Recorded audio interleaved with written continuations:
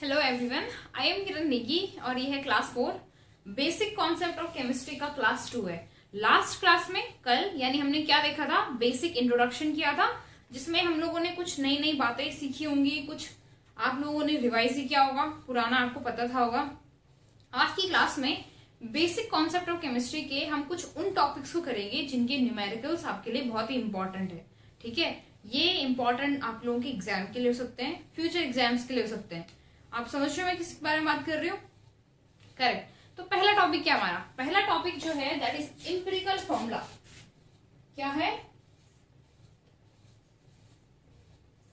Empirical formula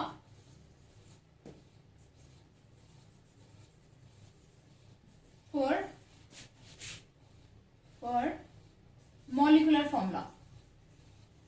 आप में से कोई मुझे अब बताओ कि इन दोनों में क्या डिफरेंस होता है? एम्पिरिकल फॉर्मूला और मॉलिक्यूलर फॉर्मूला में क्या डिफरेंस होता है? क्या डिफरेंस होता है? ठीक है, अगर मैं आपको सिंपल लैंग्वेज में समझाऊं तो किसी कंपाउंड के अंदर, अगर किसी कंपाउंड के अंदर हम देखें कि उसके अंदर कौन कौन से एलिमेंट हैं और उनका रेशियो क्या है, जैसे मीथेन है, मीथेन का वो फॉर्मूला पता है CH4। उसमें हम कार्बन और हाइड्रोजन का रेशियो देखें तो क्या है 1:4। इसको हम उसका एम्पिरिकल फॉर्मूला कहेंगे। मॉलिक्यूलर फॉर्मूला क्या होता है? मॉलिक्यूलर फॉर्मूला एग्जैक्ट नंबर्स होते हैं। अगर हमें किसी एलिमेंट कंपाउंड के अंदर एलिमेंट्स का एग्जैक्ट नंबर पता हो, दैट इज मॉलिक्यूलर फॉर्मूला। अब आप बोलोगे मीथेन का, तो जैसे जितने उसके अंदर हमने रेशियो देखा था 1:4, वही सेम रेशियो उसका मॉलिक्यूलर फॉर्मूला में भी है, क्योंकि CH4 ही उसका एक्चुअल फॉर्मूला होता है, राइट? तो कैसे पता चलेगा बताओ जरा। देखो, इसको एथेन से समझो। एथेन जानते हैं आप लोग क्या होता है? एथेन होता है C2H6। ये भी एक हाइड्रोकार्बन है, लेकिन इसका नाम क्या है? इथेन। इथेन। अगर मैं इसका रेशियो निकालू ना तो ये रेशियो है 2:6, जो होगा 1:3। ये जो रेशियो होता है ये एम्पिरिकल फॉर्मूला बताता है। और जो ये 2 और 6 है एग्जैक्ट, यानी कार्बन 2 है, हाइड्रोजन 6 है, ये बताता है मॉलिक्यूलर फॉर्मूला। इससे तो आपको डिफरेंस क्लियर हुआ होगा, हुआ या नहीं हुआ बताओ जरा। ये डिफरेंस क्लियर है? गुड। चलो फिर अब हम आगे चलते हैं। आगे किस पे कि हमें करना क्या है? हमें इस टॉपिक में ये देखना है कि किस तरह से, देखो कि किस तरह से अगर हमारे पास कोई कंपाउंड दिया हो तो हम उसकी कंपोजिशन से क्या निकालेंगे, उसके कंपोजिशन से उसका एम्पिरिकल फॉर्मूला कैसे निकालेंगे और molecular formula.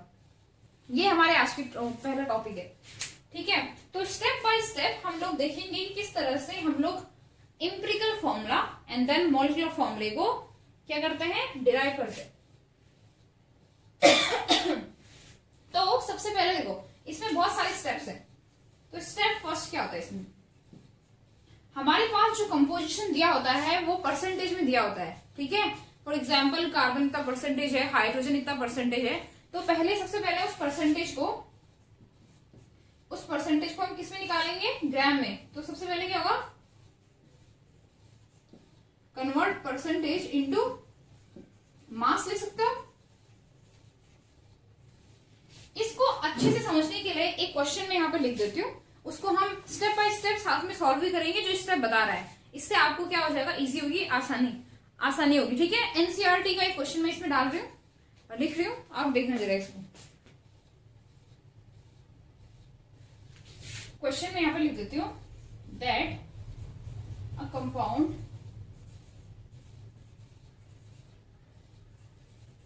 Contain, I know आपके लिए छोटा हो रहा है, ठीक है, अगर ज्यादा ही साफ नहीं दिख रहा हो तो आप लोग क्या करना, वीडियो की क्वालिटी को इंक्रीज करना।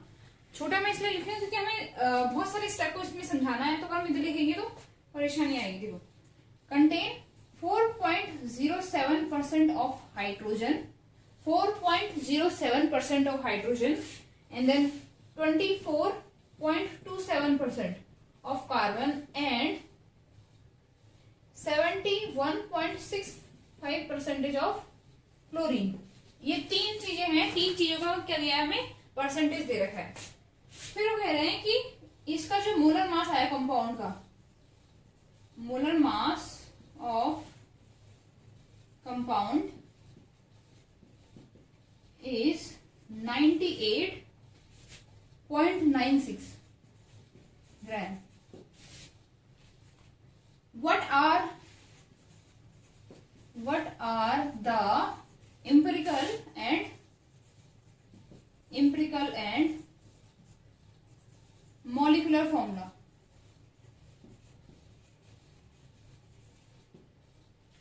देखो ये क्वेश्चन मैं आपको इसलिए करा रही हूं क्योंकि ये जो टॉपिक है इसका कंटेंट हमें क्या समझना है, हमें इसकी डेफिनेशन वगैरह कुछ नहीं समझनी है। क्वेश्चन आएगा, कंपोजिशन दिया होगा और हमें क्या करना पड़ेगा, उस कंपोजिशन से उसका एम्पिरिकल फॉर्मूला और मॉलिक्यूलर फॉर्मूला डिराइव करना है। कुछ स्टेप्स हैं, मैं आपको सिंपली स्टेप बताऊंगी तो आप कंफ्यूज होगे। एग्जाम्पल के साथ करोगे तो आपको पता भी चलता रहेगा कि स्टेप में क्या करना है। क्लियर हो गई बात? चलो स्टार्ट करो। फिर पहला स्टेप है परसेंटेज को मास में कन्वर्ट करना। देखो अगर हम समझें कि इस कंपाउंड का टोटल 100% है तो 100 को हमने 3 पार्ट्स में डिवाइड कर रखा है, तो इनका मास निकालने के लिए टोटल से हम क्या करते हैं, मल्टीप्लाई। टोटल क्या है 100, तो क्या परसेंटेज है तो 100 ही होगा टोटल। तो पहले हम निकालते हैं किसका, हाइड्रोजन का 4.07। परसेंटेज का मतलब क्या होता है, डिवाइड में 100 है और मल्टीप्लाई करना है टोटल से जो कि 100 है, तो क्या हो जाएगा 4.07 ग्राम। क्लियर है या नहीं है? ठीक है, क्लियर है या नहीं है? ठीक है, चलो नेक्स्ट पे चलते हैं कार्बन पे। कार्बन का कितना है, इसी तरह से क्या हो जाएगा 24.27 ग्राम। इसी तरह से क्लोरीन का क्या हो जाएगा 71.65 ग्राम। ये 3 हमारे पास मास आ गए, जो 3 एलिमेंट्स मौजूद है इस गिवन कंपाउंड में जिसका मॉलिक्यूलर फॉर्मूला और एम्पिरिकल फॉर्मूला हमें निकालना है। सेकंड पे चलते हैं। दूसरा जो होता है वो इनको मोल में चेंज करना। क्या करना, जो मास हमारे पास है, जिन जिन एलिमेंट का मास हमारे पास है उनको मोल्स में चेंज करना। तो कन्वर्ट इनटू मोल। अब आप मुझे बताओ मोल का फॉर्मूला क्या होता है। हमारे पास 2 या 3 फॉर्मूले हैं मोल्स के जो आप पढ़ के हुए आ रहे हैं। तो मोल का फॉर्मूला क्या है यहाँ पे, इसको थोड़ा डाउन कर लेते हैं, बताओ जरा साथ में ही बताओ। मोल इक्वल्स टू होता है given mass, mole equals to होता है given mass upon molar mass, given mass upon molar mass, और इसको स्मॉल एन से रिप्रेजेंट करते हैं। ठीक है, किससे रिप्रेजेंट करते हैं, स्मॉल एन से। तो अब हमें इन तीनों का पहले तो इनका मोलर मास पता होना चाहिए। गिवन मास तो यही है जो निकला है। मोलर मास क्या होता है, हाइड्रोजन का कितना होता है 1 ही होता है, कार्बन का 12 और ऐसे ही क्लोरीन का कितना होता है 35। अब ये जो हम वैल्यू बोलते हैं ना 1 देन 12, ये एग्जैक्ट नहीं होती है, ये पॉइंट में कुछ कुछ होता है, समझ रहे हो। जैसे हाइड्रोजन का 1.001 होता है, इसी तरह से क्लोरीन का 35.07 अराउंड 7 होता है। तो ये जब हम लोग इनको सॉल्व करेंगे ना, देखो इसी स्टेप को मैं आगे यहाँ पे कर रही हूँ। मोल ऑफ हाइड्रोजन कितने जाएंगे बताओ, 4.07 डिवाइड बाई 1। जब मैं इसको कैंसिल कर रही हूँ तो मैं इसको सीधे मैं 4 लिख रही हूँ। क्यों लिख रही हूँ 4, क्योंकि मैंने क्या कहा, ये 1 पॉइंट समथिंग होगा और ये इस वाले जब न्यूमेरिकल्स को आप करोगे ना तो पॉइंट के पीछे जो छोटी मोटी वैल्यू होंगी, ऐसे नहीं कि पॉइंट के पीछे 1 2 3, ऐसे नहीं, पॉइंट के पीछे 0 है, उसके बाद 1 2 है, तो आप उनको क्या कर सकते हो, नेग्लेक्ट कर सकते हो। ठीक है, पॉइंट के बाद जब कोई नंबर आएगा, जैसे ये आएगा 4.02, तो उस 2 को आप नहीं भी लिखोगे तो कोई फर्क नहीं पड़ रहा, इसलिए मैं इसको सिंपली 4 लिख रही हूँ इजी करने के लिए हमारी कैलकुलेशन। इसी तरह से NC कितना हो जाएगा 24.27 डिवाइड बाई 12 कितना हो जाएगा 2। ऐसी NCl क्लोरीन क्या है ये 71.65 डिवाइड बाई 35 अराउंड ऑल्सो 2। ये आ गए हमारे मोल्स किसके, सेकेंड वाले पार्ट के। अब जो नेक्स्ट करना है हमें थर्ड स्टेप में, थर्ड स्टेप में हमें क्या करना है, थर्ड स्टेप में हम क्या करते हैं, जो ये 3 मोल्स आए इन मोलों को डिवाइड करते हैं इन्हीं में उससे जो सबसे छोटा हो, समझे। Divide mole by the number which is smallest among them. इन सब में जो सबसे छोटा है उसी से इनको डिवाइड करना है, ठीक है। Divide the moles bye smallest number among them. सबसे छोटा कौन है, ये दो ही तो है, 2 2, तो क्या हो जाएगा यहां से जो हाइड्रोजन हो जाएगा दैट इज 4 डिवाइड बाई 2, क्या हो जाएगा 2। ऐसे ही कार्बन क्या हो जाएगा 2 डिवाइड बाई 2 यानी 1, और इसी तरह से क्लोरीन 2 डिवाइड बाई 2 बाई 1। ये हमारे पास आ गया रेशियो, हमारे पास रेशियो आ गया हाइड्रोजन 2, कार्बन 1 और क्लोरीन 1। 2:1:1 हमारे पास हाइड्रोजन कार्बन क्लोरीन का रेशियो आ गया। अब ये रेशियो जो होता है ये तो हमें किसके लिए निकालना था, इंपेरिकल फॉर्मूला, यानी हमारे पास इंपेरिकल फॉर्मूला आ चुका है। यहां तक तो क्लियर है ना, बताओ भाई, यहां तक क्लियर है। चलो फिर हम नेक्स्ट पार्ट पे चलते हैं कि हम किस तरह से अब मॉलिक्यूलर फॉर्मूला को डिराइव करेंगे। देखो मॉलिक्यूलर फॉर्मूला निकालने का तरीका क्या होता है, हमारे पास टोटल मोलर मास हमें पता होना चाहिए, तभी जाके हम क्या कर सकते हैं इंपेरिकल फॉर्मूले को मॉलिक्यूलर फॉर्मूला निकाल सकते हैं इंपेरिकल फॉर्मूले से। तो इंपेरिकल फॉर्मूला यहाँ से क्या हो जाएगा, हाइड्रोजन कितने हैं 2, कार्बन कितना है 1 और Cl। ये थोड़ा अजीब सा दिख रहा है तो मैंने इसको लिख दिया CH2Cl, इसका क्या हो जाएगा इंपेरिकल फॉर्मूला। यहां से हमें क्या निकालना है मॉलिक्यूलर फॉर्मूला, और मॉलिक्यूलर फॉर्मूला निकालने के लिए क्या करते हैं हम, देखो हम क्या करते हैं इसका मोलर मास निकालते हैं इंपेरिकल फॉर्मूले का, और उसको डिवाइड करते हैं किससे, टोटल मोलर मास से, किससे, टोटल मोलर मास से। सो हमें करना क्या है, फॉर मॉलिक्यूलर फॉर्मूला MF लिख रही हूं मैं मॉलिक्यूलर फॉर्मूला को, we have to divide mass, molar mass लिखना है इसको, molar mass of empirical formula EF by total molar mass. Total molar mass से हमें उसको डिवाइड करना पड़ता है। निकालो चलो, इसका कार्बन का कितना होता है 12 और हाइड्रोजन का 1, 2 into 1 प्लस 35, सही है, यही लिया था हमने अभी, है ना। क्या हो जाएगा देखो 12 प्लस 2 प्लस 35, ये आ रहा है 49 के राउंड, हाँ 49 आ रहा है इसका, ठीक हो गया। 49 हमारे पास इंपेरिकल फॉर्मूला का मास आया, मोलर मास। इससे हम डिवाइड करेंगे टोटल मोलर मास को जो मैं क्वेश्चन में दिया हुआ है, ये हो जाएगा 98.96 डिवाइड बाई 49। अब इसमें एक चीज ध्यान देने वाले रखो, ये जो 49 हमने निकाला है ना, ये एग्जैक्ट 49 नहीं आता अगर हमने यहां से पॉइंट की वैल्यू को हटाया नहीं होता, यानी ये एक्चुअली आंसर जो होगा 49 पॉइंट समथिंग समथिंग होगा, हमने बस उसको क्या नहीं किया, लिखा नहीं। इस वजह से जब हम इसको क्या करेंगे, काटेंगे तो आंसर 2 पॉइंट समथिंग आएगा, अभी के लिए 2 पॉइंट समथिंग आएगा। लेकिन हमें जो ये वैल्यू चाहिए होती है इसको हम लोग एक्स से रिप्रेजेंट कर सकते हो, कोई भी वेरिएबल आप ले सकते हो, एक्स ले लिया। इसकी जो वैल्यू होती है हमें क्या होती है, फुल नंबर के फॉर्म में चाहिए होती है, यानी हमें पॉइंट में नंबर नहीं चाहिए, कंप्लीट नंबर चाहिए होता है, जैसे 2 3 4 5 6। तो अगर ये 2 पॉइंट समथिंग आएगा तो हम क्या करेंगे, पीछे की वैल्यू को छोड़ देंगे, क्या लिखेंगे 2। इस तरह से हमारे पास x की वैल्यू कितनी आ गई 2।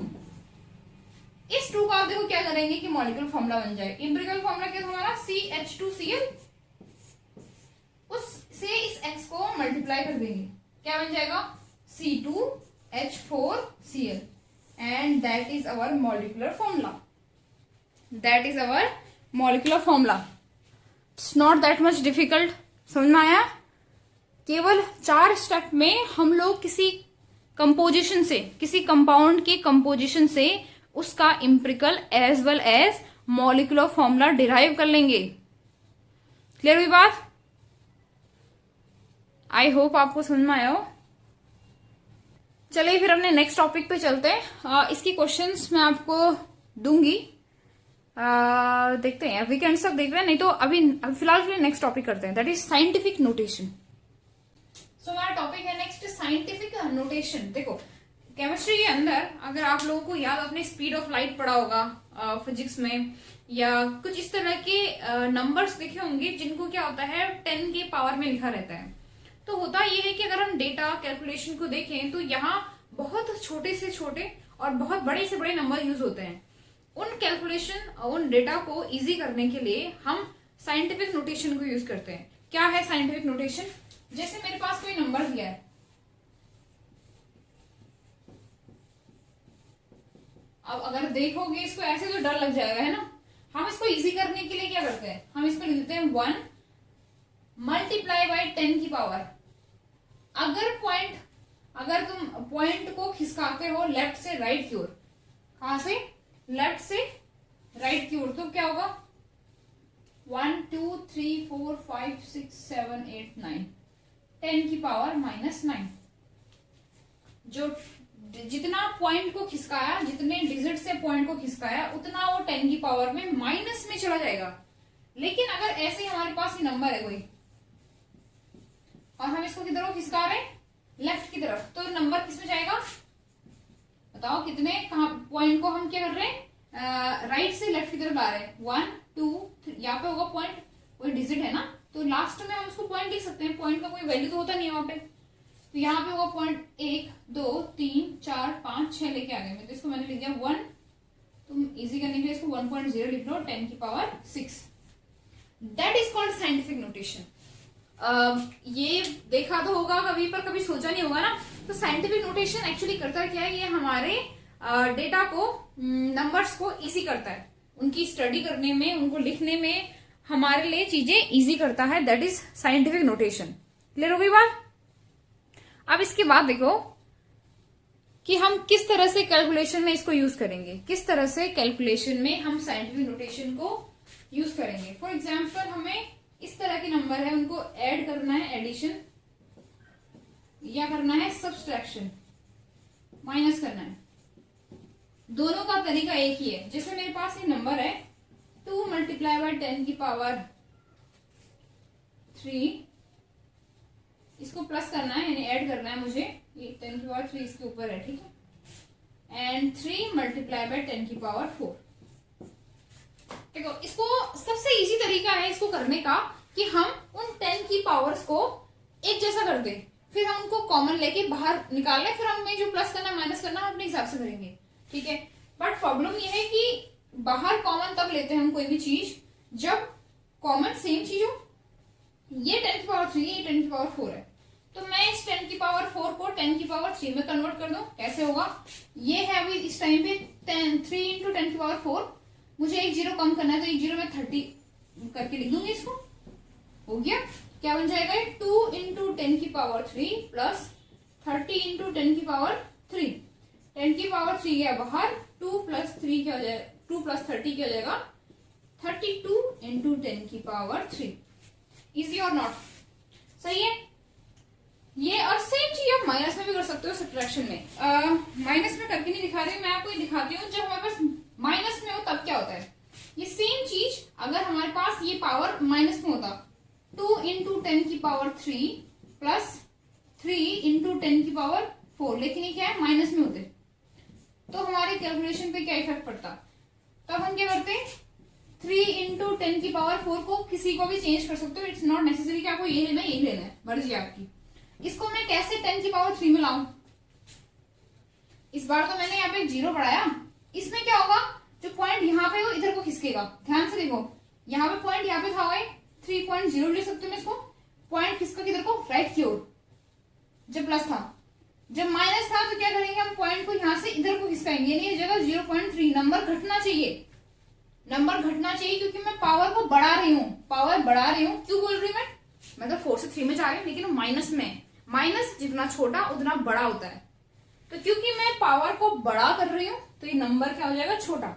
यहाँ पे मैं क्या करती? पावर को छोटा कर रही हूँ, क्योंकि प्लस में 4 से 3 में जा रहा है, तो नंबर क्या हो रहा है? बड़ा। दिमाग लगाना इस चीज पे। तो ये 0.3 इंटू 10 की पावर क्या हो जाएगा? -3। इसको सॉल्व कर लो, क्या हो जाएगा? 2 इंटू 10 की पावर -3 प्लस 0.3 इंटू 10 की पावर -3। Solve it. 10 की पावर 3 को बाहर ले लो, 2 प्लस क्या जाएगा? 0.3। क्या हो जाएगा, 10 की पावर 3 और आगे से क्या आएगा, इन दोनों प्लस करने में 2.3। ये होता है एडिशन और सब्ट्रैक्शन में। मल्टीप्लीकेशन और डिवीजन में हम लोग पहले ये लॉ कर चुके हैं। लॉ मतलब सॉरी लॉ नहीं, मैथमेटिक्स में ये चीज कर चुके हैं 6th 7th 8th क्लास में। किस क्लास में एग्जैक्टली मेरे को याद नहीं है।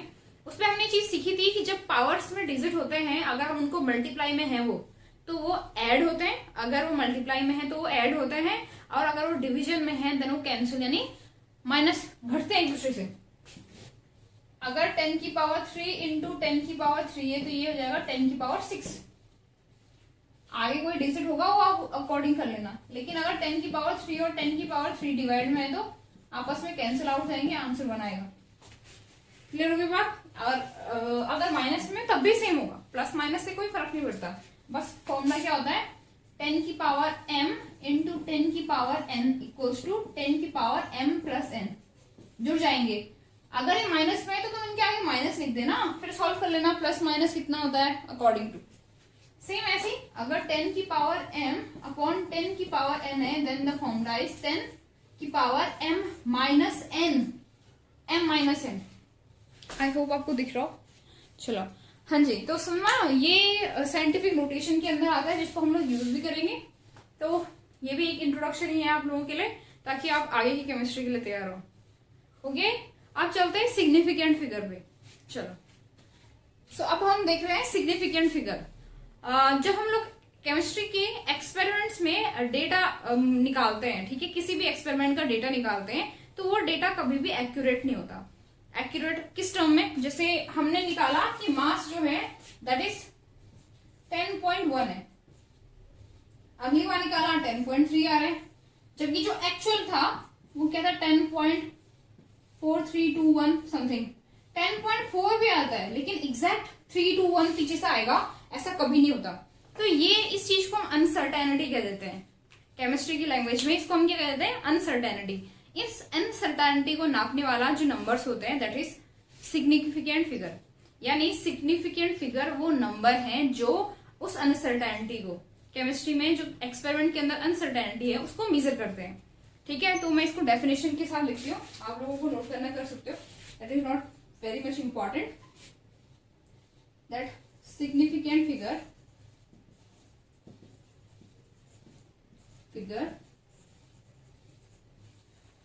are number which significant figure are number which measure with actual digit plus minus 1, with measure with actual digit and plus minus 1 लिखो। ये प्लस माइनस 1 ही हमारा अनसर्टेनिटी होता है।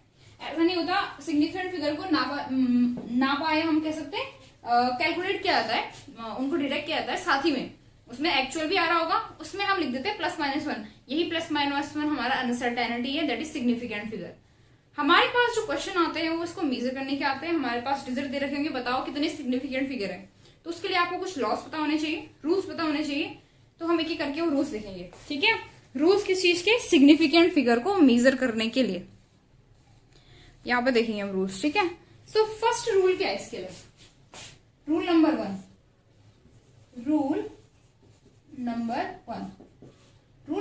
ये कहता है कि अगर हमारे पास कोई डिजिट दे रखी हो और उसके अंदर कोई जीरो ना हो, अगर उसके अंदर कोई जीरो ना हो, फॉर एग्जाम्पल मैंने लिख दिया 398, मैंने लिख दिया 415, क्या इसमें कोई भी जीरो है, नहीं, तो जितने डिजिट हैं उस नंबर में वो सारे के सारे सिग्निफिकेंट है, यानी वो उनका अपना ही कोई इंपॉर्टेंस है।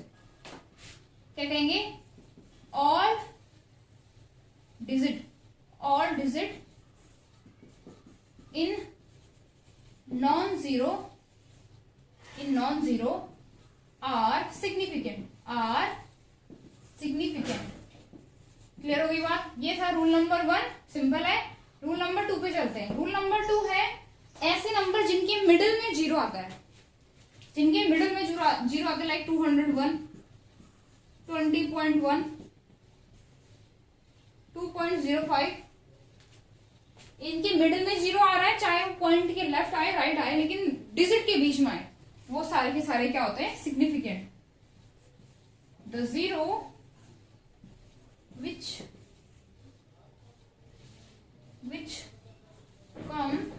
comes in between non-zero digit are significant। ये भी सिग्निफिकेंट होंगे जिनमें क्या होगा, मिडल में आएंगे। थर्ड वन होता है ऐसे जीरो जो स्टार्टिंग में आते हैं, नंबर के स्टार्ट होने से पहले आते हैं, उनमें उस केस में क्या होगा,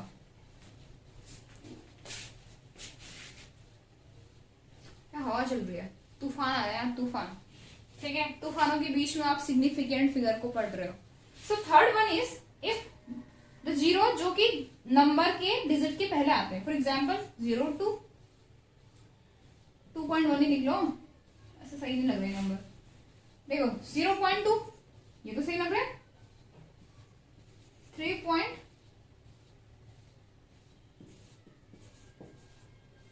कितने सिग्निफिकेंट फिगर, 1, कितने सिग्निफिकेंट फिगर, 1, स्टिल 1, यानी ऐसे जीरो जो डिजिट के शुरू होने से पहले आते हैं उनको हम नॉन सिग्निफिकेंट कहते हैं। 0 prior to non-zero digit are non-significant, ऐसे मेजर करते हैं इनको 1 2 3, कहीं आपको लगे कि मैं बता ही नहीं रही हूं, दिख रहा है आप लोगों को पूरा, आर नॉन सिग्निफिकेंट। ये तीनों रूल क्लियर हो गए। चलो हम चलते हैं फोर्थ रूल पे। देखो रूल नंबर 4, देखो रूल नंबर 4 आता है वो जीरो जो पॉइंट के राइट में आए, केवल वही सिग्निफिकेंट होता है, ठीक है। जो जीरो एंड की बात कर रही हूं, अगर एंड में कोई जीरो आ रहा है तो वो तब सिग्निफिकेंट कहलाता है जब वो पॉइंट के राइट में हो, ठीक है। देखो the zero which is right of point, point समझ रहे हो, ये इस पॉइंट की बात कर रहे हो, विच, हाँ पॉइंट इज सिग्निफिकेंट कह सकते हो आप उसको, सिंपल सिग्निफिकेंट। इसका अगर मैं आपको एग्जांपल दूं लाइक 100 एंड देन 2.02, 2.00 ही कह सकते हो आप इसको, 20.00, कितने सिग्निफिकेंट फिगर बताओ जरा इसमें। मैंने कहा जो कि किसके पॉइंट के राइट में, तो हम इनको भी सिग्निफिकेंट फिगर कहेंगे, तो उस हिसाब से ये बीच में आ गया, इसको भी गिनेंगे, टोटल 4, टोटल 3, लेकिन इसमें क्या आता 1। यही तो बात है, यही ये रूल कहता है कि अगर जो जीरो आ रहा है वो पॉइंट के राइट में आ रहा है तभी जाके हम उसको सिग्निफिकेंट कहेंगे, अदरवाइज जैसे इसमें कोई पॉइंट है ही नहीं तो ये क्या कहलाएगा, इसके जो जीरो होंगे वो नॉन सिग्निफिकेंट होंगे। तो आप कितने भी जीरो लगा लो 1 के बाद, ये नॉन सिग्निफिकेंट रहेंगे। इसलिए हम इस तरह के नंबर्स को ज्यादातर पावर्स में लिखते हैं, जिसमें हमने साइंटिफिक नोटेशन यूज की। क्लियर हो गया। इसी को देखते हुए एक और रूल है, fifth rule, not that much important, वो ये कहता है कि अगर हमारे पास कोई नंबर एग्जैक्ट वैल्यू में है, पॉइंट में कुछ नहीं है, तो वो उसके अंदर जो सिग्निफिकेंट फिगर होते हैं दैट इज इनफाइनाइट, उसके अंदर जो नंबर ऑफ सिग्निफिकेंट फिगर होंगे वो इनफाइनाइट होंगे। क्यों, जैसे मैंने लिख दिया, बताओ भाई 20 है, कितने सिग्निफिकेंट फिगर, तो तुम तो उसको कैसे लिख सकते हो, कोई फर्क पड़ रहा है उससे, क्योंकि उसके पॉइंट के बाद जीरो तुम कितने बढ़ा दो वो स्टिल 20 है, राइट। तो इस केस में उसके अंदर के सिग्निफिकेंट फिगर होंगे infinite, and that is the last rule of significant figure, that exact number have infinite number of significant figure, ऐसा इन शॉर्ट फॉर्म। एंड इसके साथ ही लाइट भी चली गई और आपकी क्लास खत्म होने का टाइम हो गया। ये था आपका पहला chapter, basic concept of chemistry. In case किसी को प्रॉब्लम है, कुछ और टॉपिक्स कराने हैं, आप लोग कमेंट्स पे लिखना, and see you in the next class, ठीक है।